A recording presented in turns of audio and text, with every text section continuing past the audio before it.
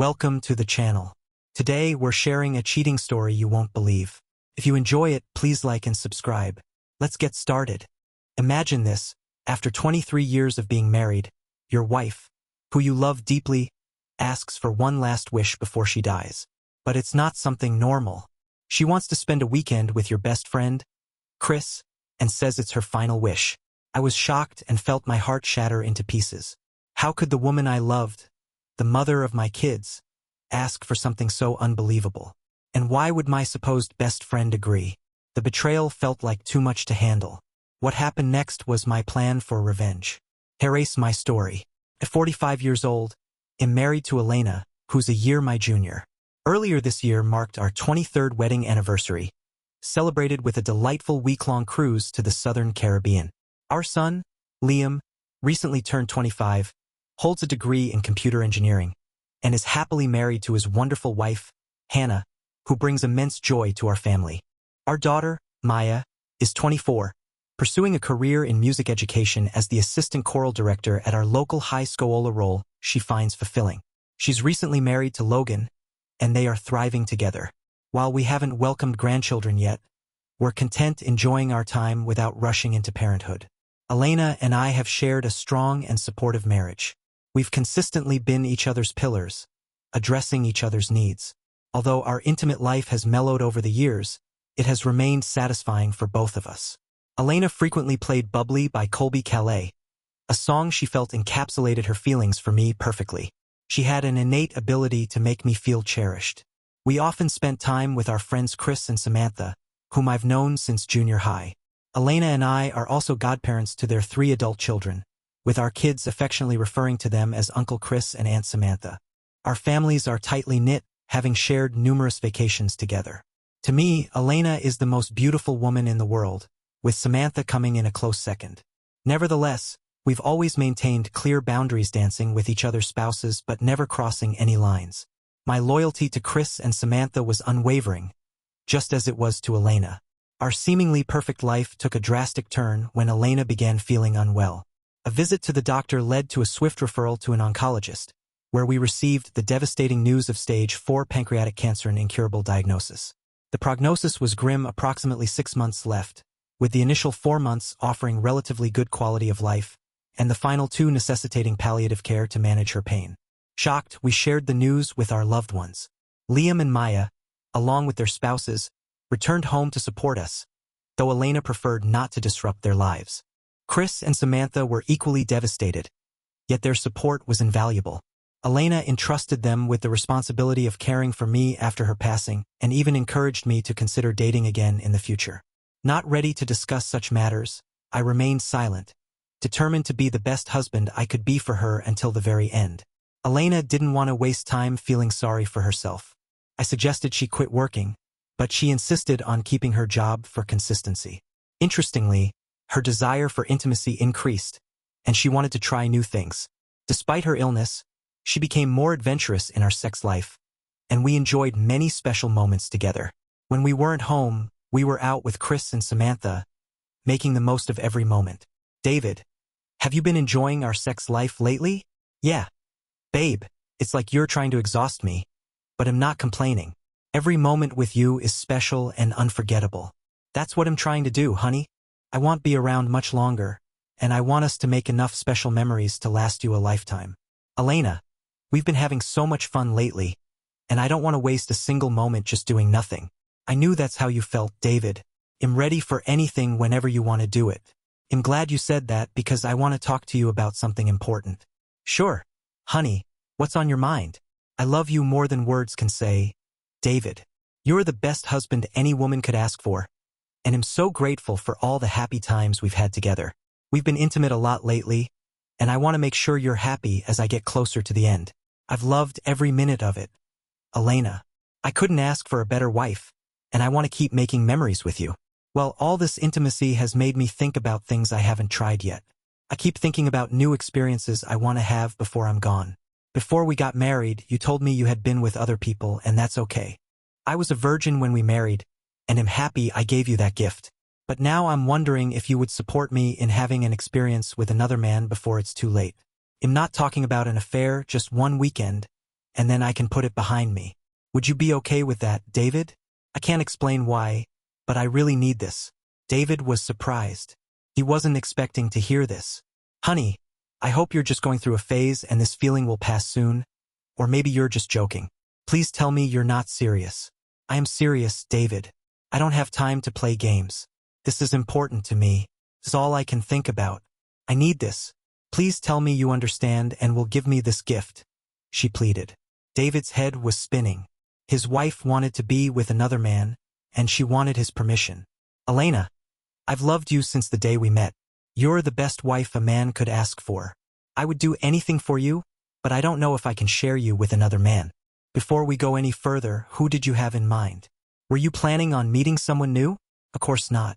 Don't be silly. I would never risk getting sick. I've thought about this a lot and I've talked to Samantha and Chris. They understand. It would have to be someone I know, love, and respect. Chris is the man I would be with for just one weekend. Then that need would be met and it would all be in the past. David was stunned. His wife had talked to his best friends behind his back and convinced Chris to be with her for a whole weekend. So you're going to be with my best friend and he's going to be with his wife and his wife is planning to be with me, and you think he'll be happy to be with her in return? You must be joking, he said angrily. Nobody's cheating, honey. I'm suggesting a swap. It's not cheating if you know about it and agree to it. That's why I'm talking to you now. Nothing's happened yet, I swear. I need this, David. If you love me, you'll let me have this as my dying wish. David was shocked. So you're saying if I love you, you're not sure that I do, and calling it a dying wish is a low blow. You're not thinking straight, sweetheart. This is crazy talk. I can't go along with this. If you do this, it will be the end of us. Elena persisted. David, since we got married, you've always given me everything I want. You've taken me on amazing vacations, bought me fancy cars, and let me buy all the clothes and shoes I could ever want. Why is this so different? Did I ever send you on vacation alone with another man? No, it was always you and me. Did you buy those clothes to wear for another man? No, you bought them to please me. It has always been just the two of us together, Elena. Maybe that is too much to ask now, but it would ruin our marriage for me. Please think about it this way: after I'm gone, you will probably be with other women before you decide to remarry. I won't ever have that chance. Can't you see that what I'm asking is fair? I'm sorry you had to make such a big sacrifice being with me and no one else all this time. Once you're free of me, you can try out as many men as you want. You won't even have to worry about pregnancy or STDs. You'll have it made, I said sarcastically. Her anger started rising. Look, I've always put my needs aside to take care of you and our children. I don't regret a single second of it, but now I feel you should be a bit more understanding and put your ego aside just this one time and let me have this, she explained. Let me ask you, Elena, if you weren't dying, would you still want to have sex with another man? Be honest. I don't know. Maybe. Well, thank you for being honest. I'm sorry that I'm not enough for you. She winced but kept going. Let me ask you a question, David. If I never got cancer and I asked you to be intimate with another man, would you deny me that experience? Of course not. Once we were divorced, you could do whatever you want with whoever you want, but you'd never get to experience me again. She ignored my threat and continued. Haven't you always wanted me to have everything? You've always given me more than I asked for. Would you start denying me now as I make my dying request? Elena, I once believed that I was your everything. Thank you for showing me I was wrong. She started crying and ran out of the room. Normally, I would try to comfort her, but this was different. I hope she changes her mind. I heard her talking on the phone with someone but couldn't hear what was said. 10 minutes later, I heard a car pulling into our driveway. Chris and Samantha didn't just decide to drop in for a visit. This is an ambush. As she went to the front door to greet them, I quietly slipped out the back door and walked through the neighborhood. I left my phone on the kitchen table so contacting me would be hard. I had a lot to think about as I walked. When I returned about 45 minutes later, their car was gone. I felt their attempt to ambush me had failed. Where have you been? I've been worried sick. Chris and Samantha stopped by, and we didn't know where you were. Elena said when you were upset earlier, I felt we both needed space, so I went for a walk. I don't recall Chris and Samantha saying they were stopping by today. What's going on? She gave me a cold look. They were running errands and just happened to be nearby, so they stopped in for a short visit. We've both dropped in on each other dozens of times over the years. It's a shame you missed them. They wanted to talk with you about our earlier conversation. I assure you their eagerness is one-sided. I have no desire to talk to either of them about the bomb you dropped on me earlier. But they are our best friends, your best friends. Who better to talk to about what's on your mind? They were my best friends, but that ended today. From now on, they're your best friends. I will no longer have anything to do with them. You can't mean that, David. Why are you being so stubborn about this? All I did was have a conversation with you, nothing more. Are you willing to throw away a lifetime friendship without a word? You're a better man than that. I know you are, and so does Chris. I assume you talked with them about our conversation while they were here? Of course I did. What do you expect? They're our best friends. That's what friends do. They help each other. I figured as much. And what advice did Chris give you about our problem? They know the kind of man you are, David. They agree you are the kindest, most understanding husband, father, and friend anyone could ever have. He reminded me that you helped him get hired at the same place you work. He said he knows no better man. I'm sure that's not all he said. Elena, what else did he say about our problem? He said he sees both sides of our situation, and even though he's been your best friend for most of your life, you're not the one who's dying. He said special allowances should be made for those who will soon leave this world. His advice makes perfect sense. I agree with him. And what, dear wife, was his advice? I asked sarcastically. She grimaced before saying, he said it was easier to get forgiveness than permission. You will get neither from me. I seethed before walking away. If Chris and Samantha weren't history to me before, they certainly are now. The friendship is over. I will limit all contact with Chris at work to a professional level only. We work in different areas, so that shouldn't be too much of a problem. Later that evening, Elena gradually aroused me and used it to have her way with me again. Elena was happy with the amount of sex they were having, but I felt like she was keeping score. In truth, I didn't mind as long as she didn't cross a line, which I didn't think she had yet. We had been intimate every night that week. On Friday morning before work, Elena told me, honey, I have something to say before you leave. Tonight at 9 p.m., I'm going to Chris and Samantha's house. Chris and I will leave from there. He said you won't talk to him about anything but work and you don't answer his calls or texts anymore. Samantha said you don't talk to her either. He'll be back Sunday afternoon, and I'm really looking forward to being with you then. I'm telling you this so you'll come straight home after work tonight. I want to make sure you're completely satisfied before I leave. Okay? My world felt like it was falling apart. Everything was about to change. Elena was going to do what she wanted. Elena, you know I love you, but I don't love you enough to forgive you for being with another man. And yes, I call it cheating because I don't agree with it and I don't want you to do it. If you're with Chris or any other man this weekend, I won't be here when you come back. You'll never talk to Chris or Samantha again, and I won't have anything to do with our godchildren. You'll all be betraying me in the worst way. If you sleep with him, I won't touch you again, I said sadly. Elena started to cry. Chris and Samantha had told her I would forgive her, so she couldn't believe I wouldn't be there for her as she got closer to the end. After tonight, my dear husband, you'll know exactly who I love and need in my life but I need this too. I'm sorry you can't consider my feelings and give me my dying wish. She tried to kiss me goodbye, but I avoided her and left quickly. I heard her crying as I walked out the door, hoping she would change her mind. I came home for lunch to check on Elena. She had a suitcase packed and hidden under the bed with underwear I would never seen before. It seemed like her decision was made, so now I had to make mine. Before going back to work, I sent her a text. I have to work late tonight on a special project. Sorry, not sure when he'll be home. Please change your mind about going with him. I left my phone on the kitchen table. I wouldn't be there for her that night. I wanted her to worry and hopefully change her mind. Later, Chris found me at work. David, you need to stop being so stubborn. Think about Elena, not just yourself. This is her dying wish. I can't say no to her. What I see is my so-called best friend telling me he's going to sleep with my wife to make her happy. I can't stop you from ruining my marriage, but you need to know that there will be consequences. If you touch Elena, then you, Samantha, and my godchildren will be out of my life forever.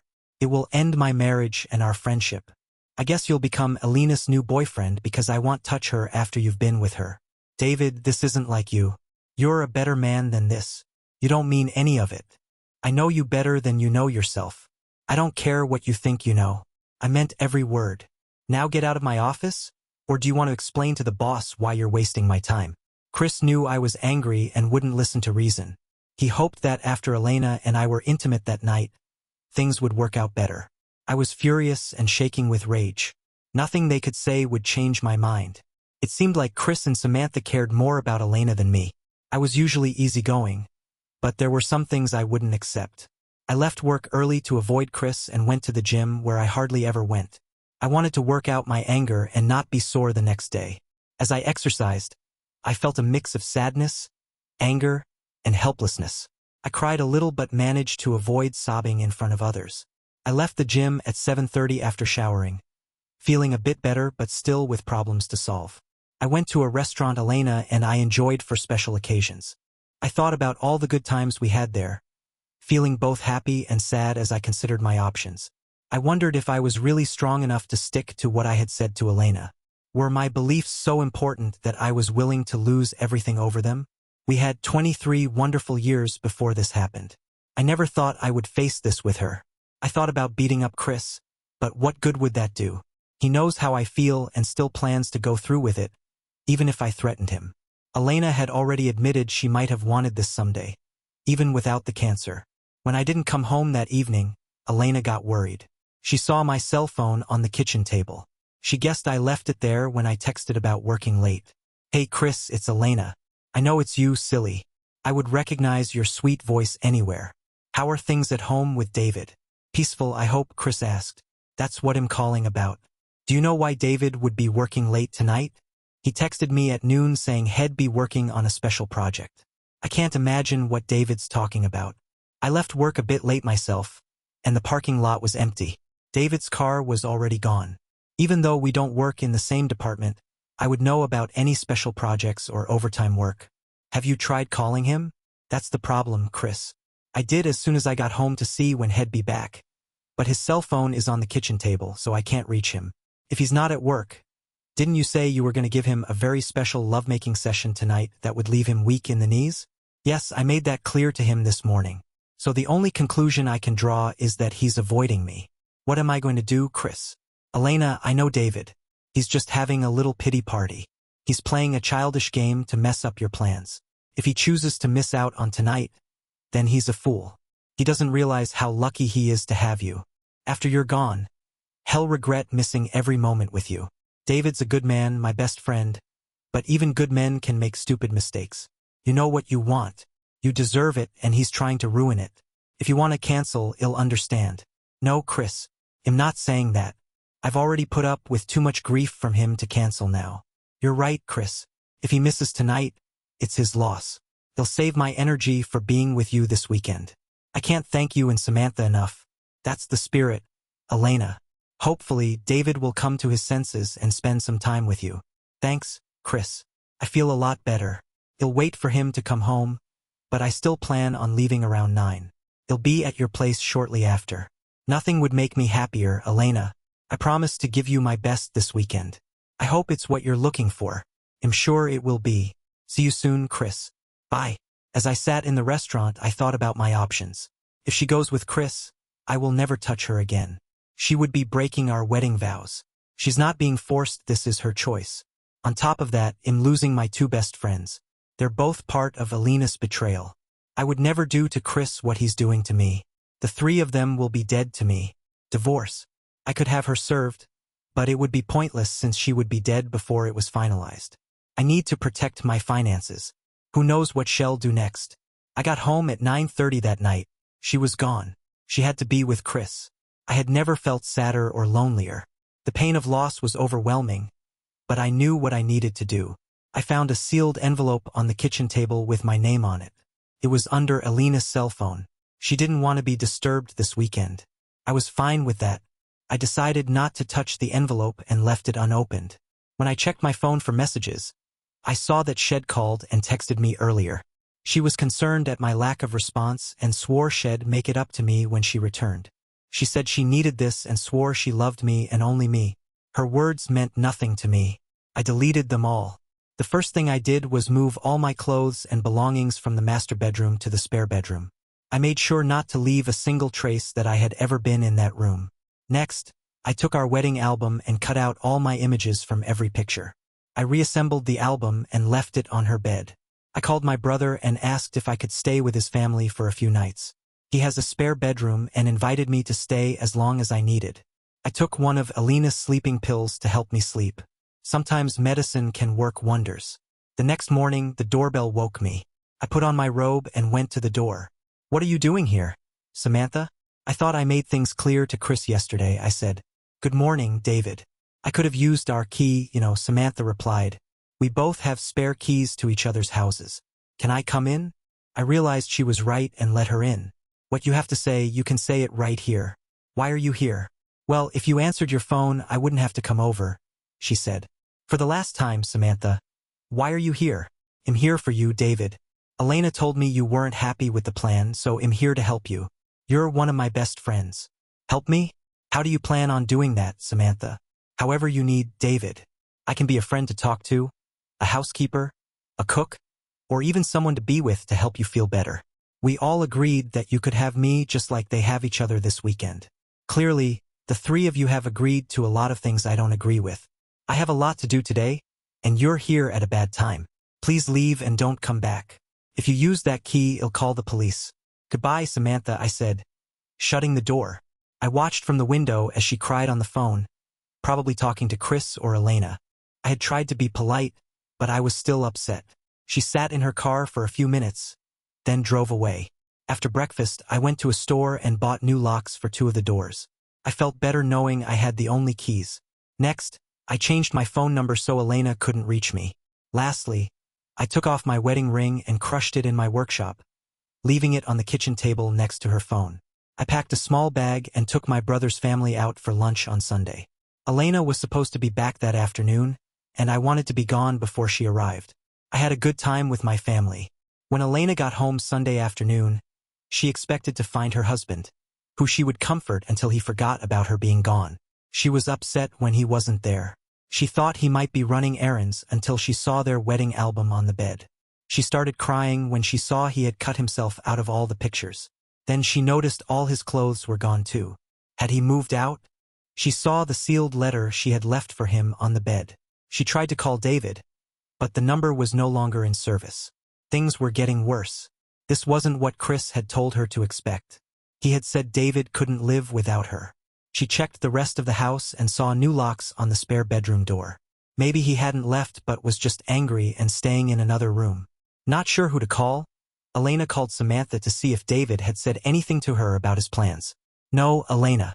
When I called Chris that morning, I told him everything David had said, which wasn't much. It really hurt when David was so mean to me. What's going on?" Elena told her what she found when she got home. Chris and Samantha listened on speakerphone. "Didn't you leave David the letter explaining that you were going to quit your job and spend your remaining time making him happy?" Chris asked. "Yes, Chris. I wrote him that letter just like you said, but he never opened it. He has no idea what it says." "Still here?" she cried. "I'm sure there's nothing to worry about, Elena. It's clear David moved his things to the spare bedroom to upset you. He's just having a pity party. He'll be back soon, trust me. I hope you're right." "Thanks for the encouragement," Elena said gratefully. Elena then tried calling David's brother and parents. His parents had no idea where he was, and his brother said he hadn't heard from him, as David had asked. Elena realized it was her turn to be patient, just as David had to be over the weekend, but she missed him deeply. She had never felt so disconnected from him and cried herself to sleep alone in bed for the first time in a long while. At 6:30 a.m. Monday, I called work before the office opened, leaving a voicemail for my boss saying I needed 2 personal days for a family emergency. I didn't want to interact with Chris yet, nor did I want any of them to reach me at work. I decided to move some money around to protect our finances. We had a good nest egg after 23 years of marriage, and I wanted to keep it safe. The trust one once had in Elena was gone. I moved 2/3 of our cash and investments into accounts only I could access. She wouldn't notice unless she went looking since all the bills would still get paid. This took most of the day, but I was glad to have a break from the drama. I knew the real confrontation would come when I returned home. I took a relaxing walk in the park Tuesday morning and had lunch at a nearby diner. The movie theaters opened at noon, so I spent the afternoon there.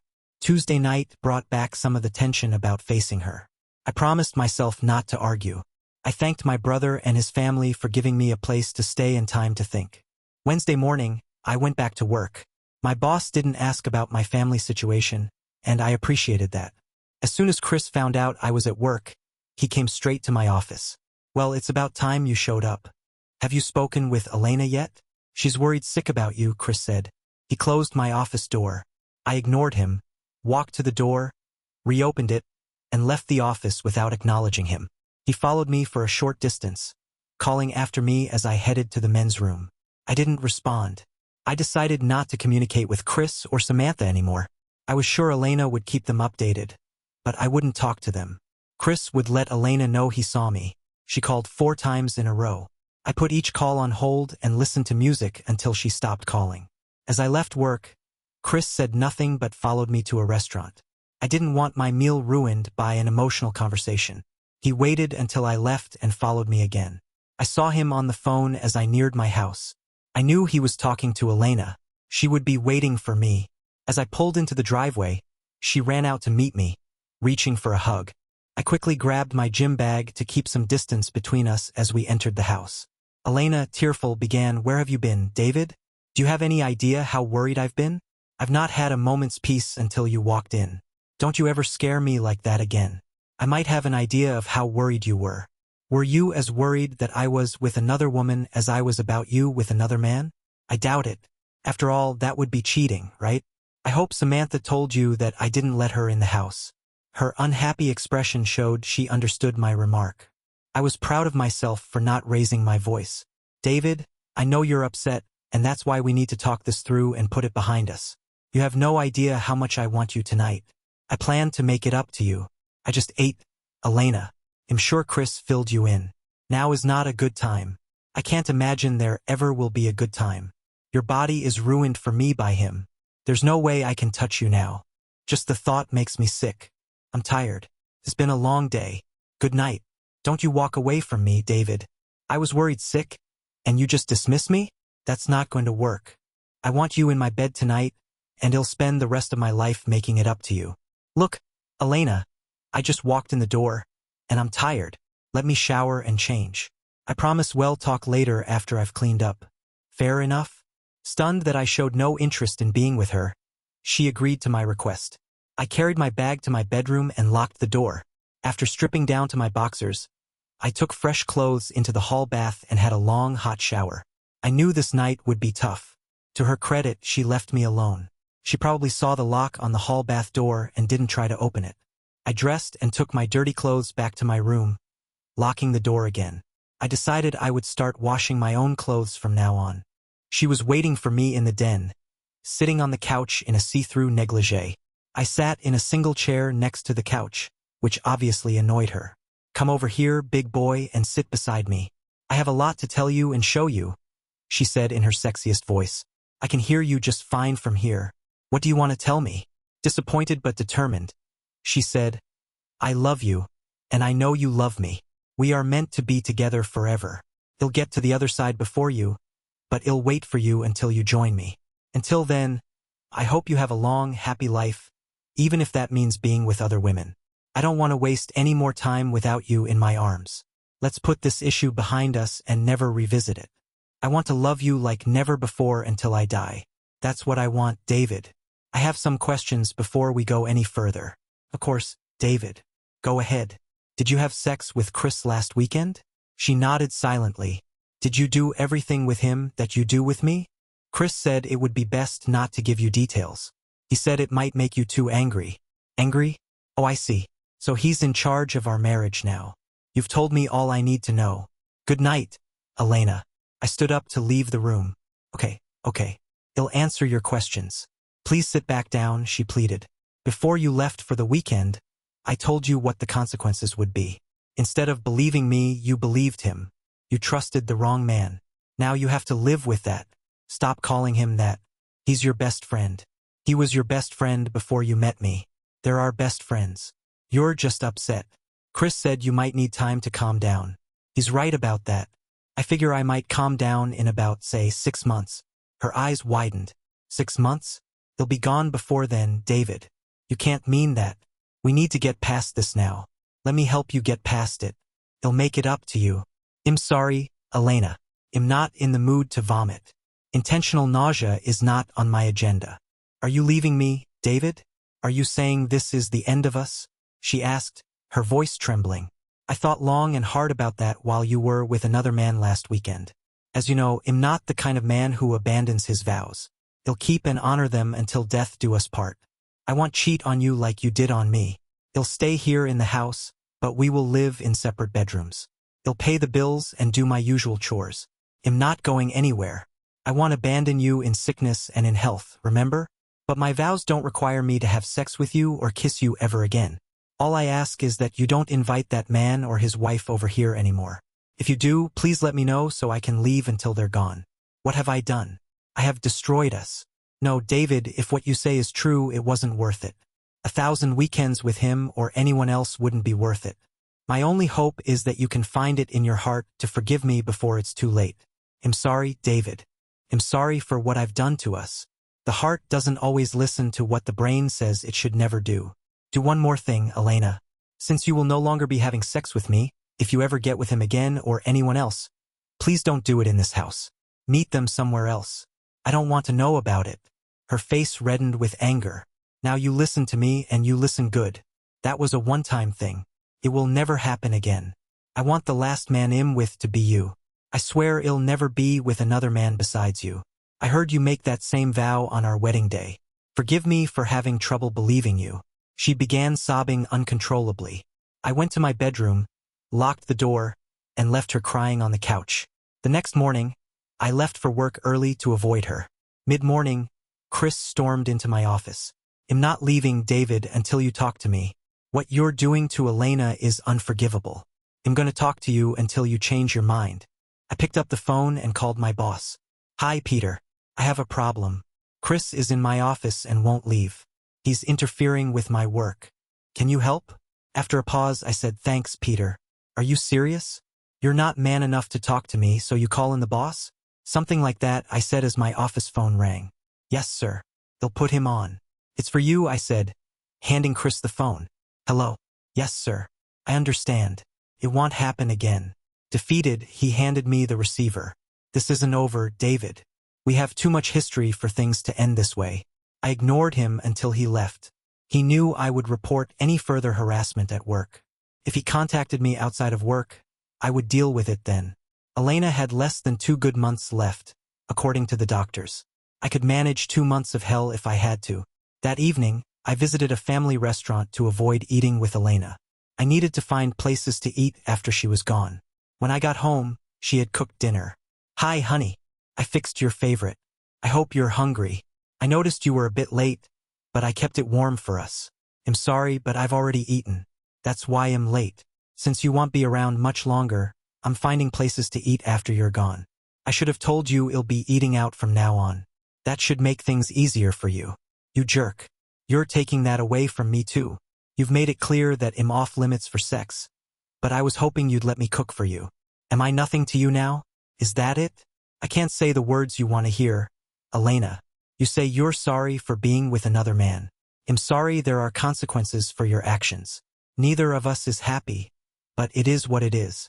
I'm going to my room now. She began crying again. David, you don't need to hide in your room all the time. Can't you at least watch TV down here or something? I don't have the plague, and I can't infect you with my cancer. Please don't shut me out completely. I'll think about it, but only if you promise 2 things, I said. Tell me, she replied. First, never mention that weekend or what it cost us. I don't want to hear your side of the story. And the other, never talk about that jerk or his wife to me again. If you see them, don't tell me about it before or after. Deal? She looked sad that I was so harsh with her friends. Deal. She never asked to choose what to watch on TV. We only talked about work, politics, family, or boring stuff. She kept her promise about the tough topics. But I knew they were there. If she called my old friends, she did it when I wasn't around. She knew it upset me, so we had an uneasy peace. I heard her crying herself to sleep every night. I don't think she regretted what she did, only what happened afterward. Then she surprised me on Saturday. She asked to join me for breakfast and lunch. Since I wouldn't let her cook, I stopped that by eating cereal and then mowing the lawn. I did the dishes after I ordered a sandwich for lunch to keep working on the car. She was doing laundry and asked me to add my clothes to hers. I said no, I would do them myself. She cried again and walked away. Who knew a woman would cry over her husband doing his own laundry? I was glad to have chores to keep me busy and not think about my pain. Later, I heard noise. Our kids, Liam and Hannah, along with Maya and Logan, were chatting with their mom. I asked why they were here. "Hey, Dad. It's good to see you too," Liam said and hugged me. "We've been talking to Mom since she got sick. She doesn't have many good days left, so we brought food for a cookout. You and Mom relax, we'll handle everything." I loved seeing the kids, but this wasn't a coincidence. I bet Elena planned it. Like they say, all's fair in love and war. We weren't fighting a war, but it felt close enough for her to use the kids. An hour later, I was told the grill was clean and everything was ready. Elena said, "David, honey, the kids want ice cream, but I need to get a few things. They'll be back soon," and left. As soon as she did, I felt attacked by my kids. Maya asked, "Daddy, can we talk?" "Of course," I said. She started, "Daddy, Mom and I talk a lot. We know about what she did with Uncle Chris. She told me. We were surprised, but now we understand. We get why it was hard for you, but you've had time to think. She won't do it again, and we believe her. This was just something she wanted to do before she died. Can't you forgive her? You haven't touched her since, and you stopped talking to Uncle Chris and Aunt Samantha. Dad, they've always been your best friends. Don't you see Uncle Chris was just helping someone who is dying? So you think I should just forget about it?" I asked. All four of them nodded. I took a moment to gather my thoughts. I loved these people more than anything and didn't want to alienate them. Then an idea came to me. "Liam, you're my son. You know I would die for you without a second thought, right?" "Sure, Dad. You've always been there for me. No doubt about it. And Hannah, as my son's wife, you know I love you too. Don't you?" "I would die for you as well if I had to," I said. "Of course, Dad. And we love you just as much. All four of us would do anything for you and Mom. That's why we're here, because we love both of you so much," she replied. "I'm glad to hear that, Hannah. It makes it easier to ask this next question. As you know, I'm not getting any younger. Because of what your mother did, I've thought a lot about bucket lists, even my own. So, Liam, would you be willing to let Hannah spend a weekend with me to fulfill a bucket list item? If she and I spent a weekend together like your mom and Chris did, it would show me that you mean what you say and are willing to back it up with actions. If you do that, maybe I could forgive your mother." "What? Are you crazy?" Liam shouted. Hannah turned bright red at the suggestion. "There's no way I would ever agree to that, Dad. Not even if you were dying. I realize Hannah isn't your blood relative, but it still feels like incest to me. I can't believe you'd even suggest it." He was furious. "Oh, you mean like Uncle Chris and your mom? That kind of thing?" I asked. They all fell silent, thinking about what I would said. I let the moment linger before speaking again. "Hannah, I owe you and my son an apology. I would never ask such a thing, not even if I was dying. I asked to make a point. Liam, you said you wouldn't agree to it even if I was dying. Neither would I. It's easier for you to forgive your mom because you aren't married to her. But think about this, Liam. If Hannah went with me and came back, would you look at her the same way again? Could you forgive her as easily as you're asking me to forgive your mother?" The room was silent as they thought it over. Then Liam nodded at Logan, and they shook hands. Maya hugged Hannah. Liam turned to me. "Dad, you're right. Thanks for teaching us another important life lesson. We were only seeing this from Mom's perspective. We hadn't thought about it from your side, and you've opened our eyes. We don't love Mom any less and still want her to be happy until the end, but we understand that she lost the right to ask for your forgiveness when she did what she did. We agree with your feelings about Uncle Chris and Aunt Samantha. We're not taking sides. We love both of you, but we won't pressure you to forgive Mom.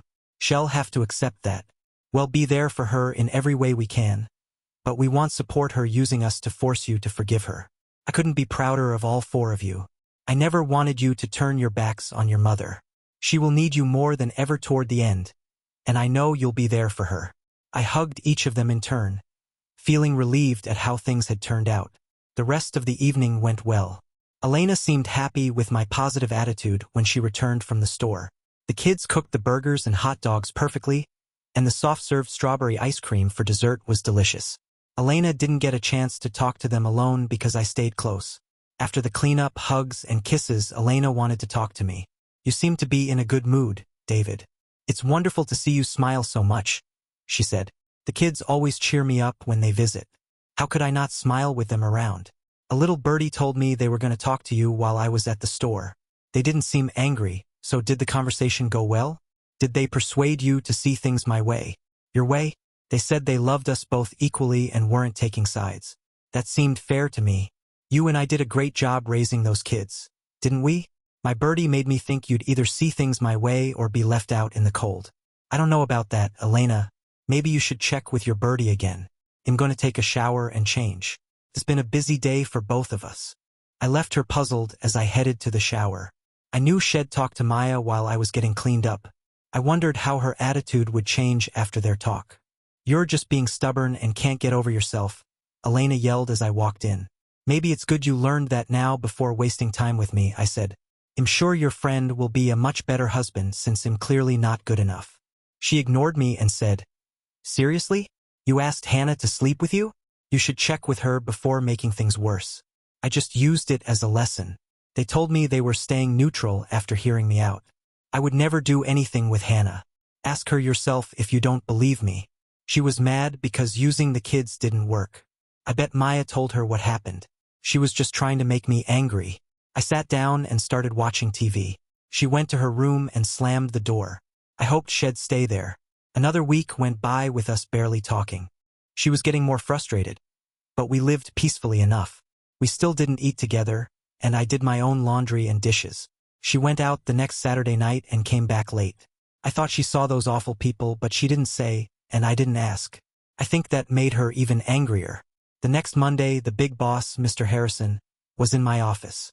I rarely saw him. Good morning, sir. What brings you here? I asked politely. It's David, right? David Greenlee? Yes, sir. David, I've heard good things about you. Your boss, Peter, says you do great work. I like to know what's happening in the company, and I want you to know you're valuable. Thank you, sir. That means a lot. Yes, but there's something else. Of course, sir. Go ahead. David, do you know Thomas McLean? I know of a Thomas McLean, sir. He's my wife's father, right? He's my golfing buddy. We've known each other for years. He never said you worked here until recently. He wanted you to succeed on your own, and you have. I respect that. But Thomas said you and his daughter are having problems. He also said she has cancer and doesn't have long to live. Is that true? Yes, sir, but he cut me off. As a father, Thomas just wants his daughter to be happy in her last days. I'm sure you understand. He asked me to check on you. Sometimes men need to be nicer to their wives. It happens to everyone. I'm sure you're a good husband. I wouldn't want to hear from Thomas that you're not doing your part at home. Your job reviews look at your character too, you know. I was shocked my father-in-law was telling on me. I couldn't blame him, but I don't like being pressured. I didn't want to upset the CEO more, so I said, of course, sir. Thank you. He'll handle it. Make sure you do. I don't want to have this talk again. I promise, sir. You won't need to. Thank you for your advice. He left happy, thinking he'd fixed his friend's problem. After he was gone, I wrote my resignation letter and packed my things. I went to HR, handed in my letter, gave back my ID, and left the building. This solved two problems. It kept me away from my ex-friend and my father-in-law's meddling. But it created another. I was unemployed. I had a lot of time to think now. It was still early, so I went home and did some chores. Elena came home from work at her usual time. You're home early. How come? She asked. I gave her my usual annoyed look. I quit my job today. You what? She yelled. Yeah, it seems your dad had it in for me, so I had no other choice, I said calmly. My dad? How on earth did my dad make you quit your job? Since you asked, I learned today that your dad regularly golfs with the CEO of my company, Robert Hale. Mr. Harrison came to my office this morning and told me your dad had been complaining about how I've been treating you. He made it clear that unless I fix things at home to your dad's satisfaction, my job could be in jeopardy. He threatened me with bad performance reviews that would affect my career. As you know, I don't take threats kindly. Even if I became your dream husband again, the damage is done.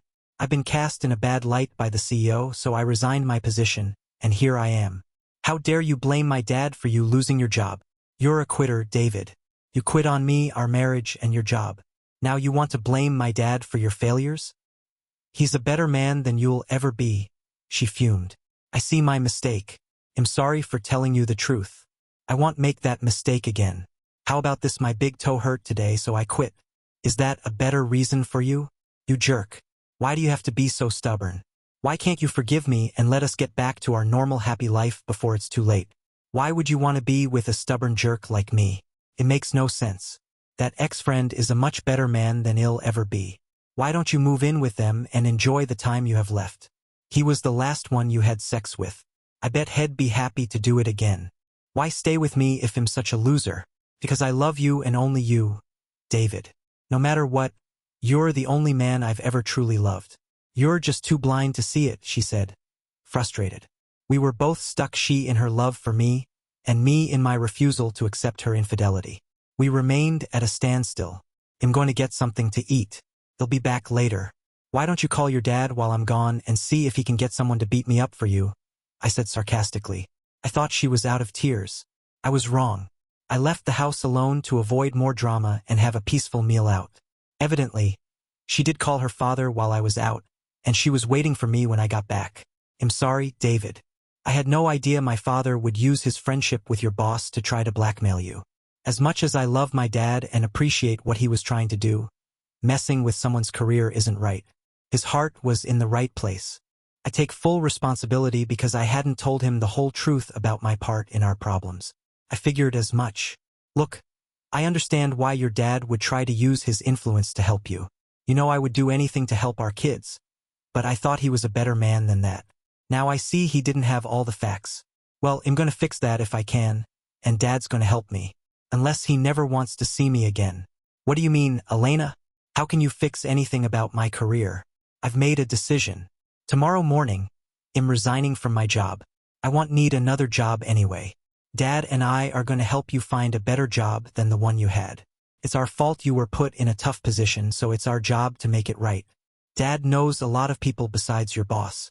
He'll use his connections, and so will I. We'll do our best to find the perfect job for you.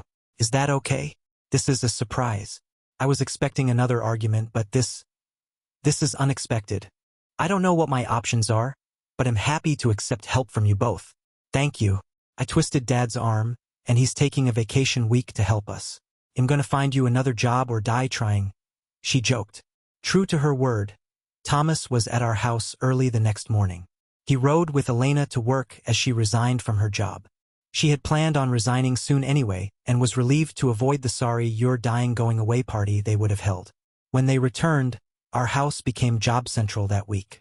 All three of us were constantly on the phone with business contacts and connections. Getting interviews was easy, but we wanted each interview to be a solid opportunity, not a long shot. The economy was shrinking, and good jobs were scarce. I must have gone on a dozen interviews that week with their help. I would never seen Elena more dedicated. She had a fierce determination to honor her word. Help came from an unlikely source. Thomas swallowed his pride and contacted Robert Hale, explaining that Head misunderstood his daughter's situation and had acted too quickly. He said he was sorry for causing trouble at Thomas' work and explained that I couldn't go back to my old job. Thomas was upset to lose me and blamed his friend for overreacting. But then he quickly said Head make some calls to help me out.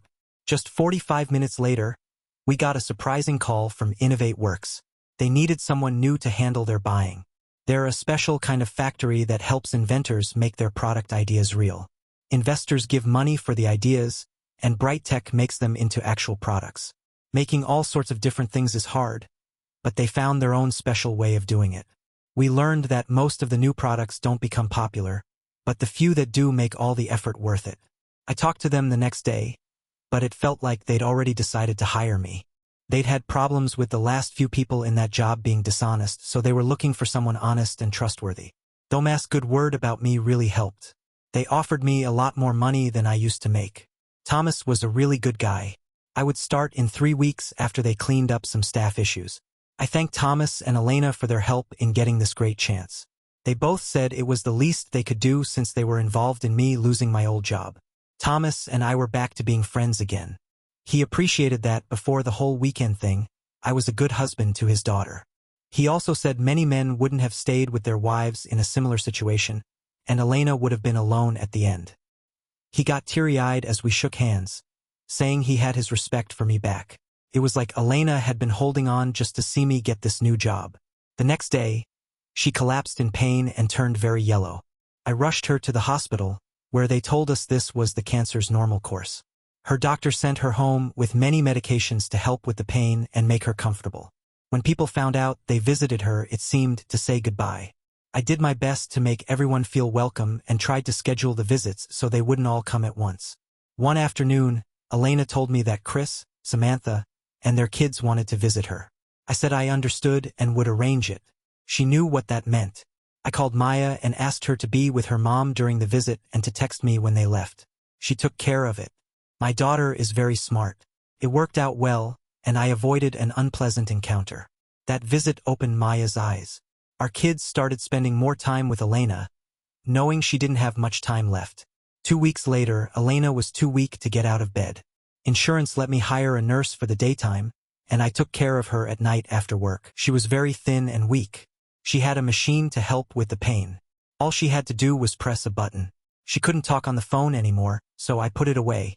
Everything went through me now. Samantha called to ask about Elena and was worried that she couldn't reach her. I explained and she asked to visit again. I said it wasn't a good idea. She was sad but didn't push it. Our kids and their spouses took turns helping me so I could rest sometimes. That was a big help. As Elena got worse, I offered to put her in hospice, but she strongly refused, saying she wanted to die at home with loved ones. I sadly agreed. Elena fell into a deep sleep and couldn't be woken up.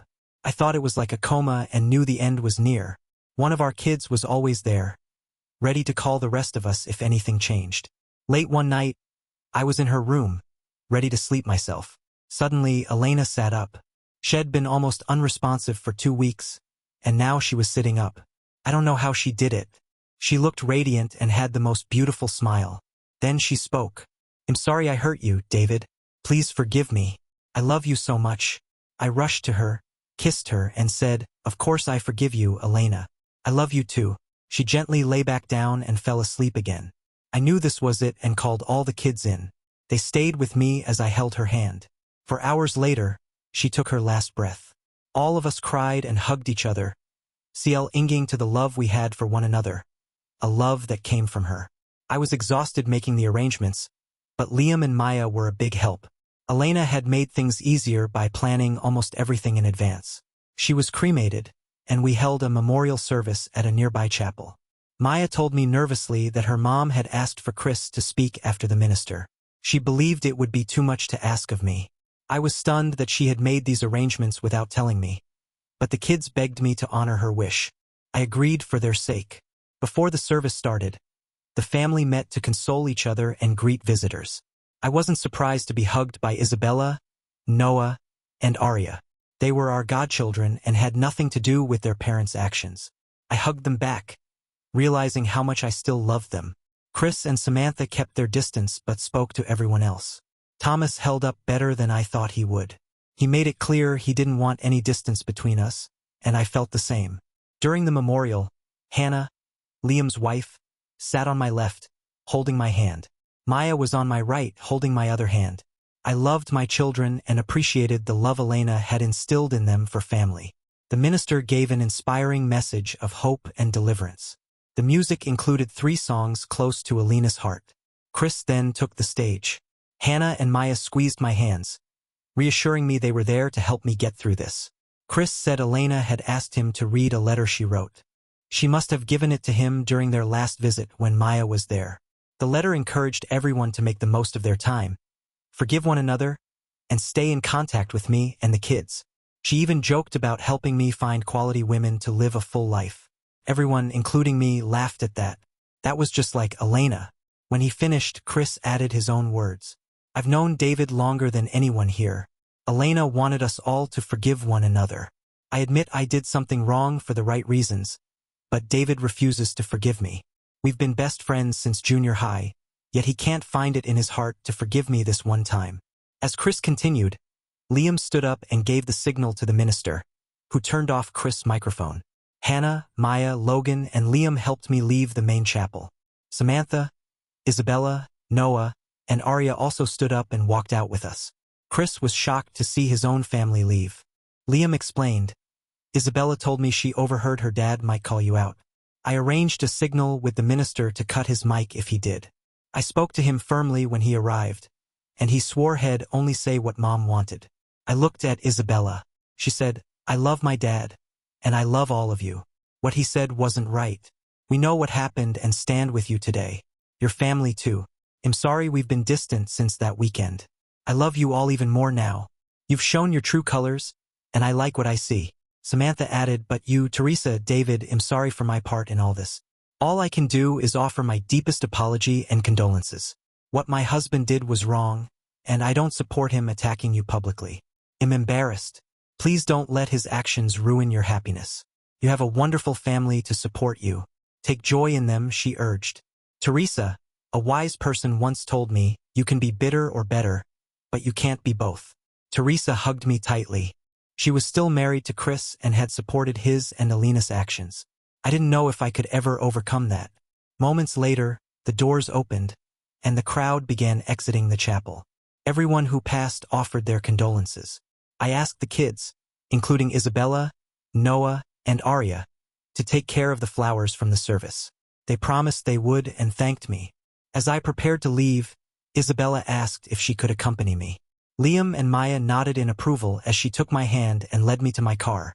She drove us home and prepared a wonderful meal from the many dishes friends had brought. She cleaned the kitchen and kept me company until supper as my kids came over. Isabella hugged me tightly, said she loved me, and asked me to stay close. Isabella was a good person and had been raised well. Over the next few weeks, Chris tried several times to make up with me, but I refused. His kids invited me and my kids over a couple of times for barbecues, but they never mentioned Chris or Samantha. After that, we didn't talk as much. Everyone has their own lives, and I wasn't sad about it. I focused on my job, making sure to get everything we needed on time and for a good price. I had a team of 7 people, 3 of whom were new. I was proud of how well we were working together. Everyone did their part, and I thought of them as my work family. A little over a year after Elena died, I got a mysterious text from Liam asking me to meet him at a fancy restaurant called the Grand Feast on Saturday night. He said it was his treat and that he was working on something special and wanted me to meet his contact there. He asked me to dress up in a suit. I wondered what he was up to and was happy he wanted to include me. I got my best suit cleaned for the meeting. The Grand Feast is a fancy place where important people go for special occasions. It's expensive but known for its amazing food. I had never been there before. Liam told me to give my name to the person at the door when I arrived. He quickly checked my reservation and asked me to follow the waiter to my table. As we walked, I could feel the romantic atmosphere with couples looking lovingly at each other. There were also a few tables with businessmen, which I thought was where I was headed. As we got closer, I saw a well-dressed woman sitting alone at a table. I thought she looked very elegant and that some man was lucky. I was surprised when the waiter stopped and told me to sit at her table. "There must be some mistake," I said. "No, there's no mistake," he replied. "May I help you with your chair?" I pulled out the chair across from the woman and sat down. She seemed as surprised as I was. "Hello, Samantha. David, what are you doing here?" she asked. "I'm guessing the same reason as you. Let me guess. Did Liam invite you here tonight?" "No, Isabella did. I was supposed to meet her here at 8. And I was supposed to meet Liam here at 8. I think something's fishy." Right then, both our phones buzzed with new messages. We both read them. "Let me guess. Isabella can't make it tonight. How did you? Oh, I see. Yes, we've been tricked by our kids." The waiter waited patiently as if he expected something. "Samantha, since we're here, would you like to order something instead of wasting the night?" "Might as well," she agreed. "I've heard good things about this place." "Me too," I said, looking at the waiter. "Yes, sir. Could we have 2 menus?" "Oh, that won't be necessary, sir," he said, clapping his hands twice. 3 waiters quickly came from the kitchen with trays of delicious-smelling food. They put the dishes in front of us as if they already knew what we wanted and then left quickly. We were both surprised again. "How? When? But these are all my favorite dishes," Samantha exclaimed. "Mine too. It's like someone who knows us both very well ordered for us. Isn't it?" "Those rascals," she said. "I must say, if I'm going to be surprised, I can think of worse things to be surprised with." "You're right about that," I said, understanding what she meant. "I can guess why they did this. They knew you'd never contact me. You made it clear how you felt about us after everything happened, and now looking back, I don't blame you, David. Actually, I don't mind so much since it's just you. But if he had been here with you, I would have never sat down. He? You mean Chris? Are you saying you don't know? She asked, surprised. No. What? Has something happened to him? I haven't talked to him since before Elena died, and the kids know better than to bring him up to me. I see. Well, that explains it then. A lot has happened. Do you want to hear the story? Samantha, I have nothing else planned tonight. You've made me curious. Okay. But I have to warn you that you might hear his name a lot in my story. It's been over a year. I think I can handle it without getting upset. Go ahead, Samantha. About 3 weeks after Elena's memorial service, Chris felt something wasn't right, so he went to the doctor, who sent him to a specialist. He was diagnosed with stage 4 prostate cancer. The only option was major surgery to remove his prostate. The cancer was so advanced that they had to remove every trace. During the surgery, they severed many blood vessels and nerves. After his recovery, Chris realized the surgery had left him impotent. The severed blood vessels meant he couldn't get enough blood flow to achieve an erection. The damaged nerves left him with no sensation for arousal or orgasm. Chris couldn't ejaculate anymore. This news shocked me. I hadn't heard any of this. The kids had protected me from hearing about his condition. She saw the surprise on my face and continued. I hope you don't mind my honesty, David. I've been close friends with you and Elena, so I feel comfortable sharing personal details with you. I nodded. After the surgery, Chris had regular radiation treatments that affected him mentally and emotionally. At first, he tried hard to take care of my needs in other ways. I think it helped his self-image, but eventually his frustration took over and he stopped trying. He told me to buy toys to take care of myself. He became depressed and refused counseling. He started drinking heavily and became verbally abusive. When he lost his job, things got worse. He started hitting me. I refused to stay a victim. After 3 strikes, he was out.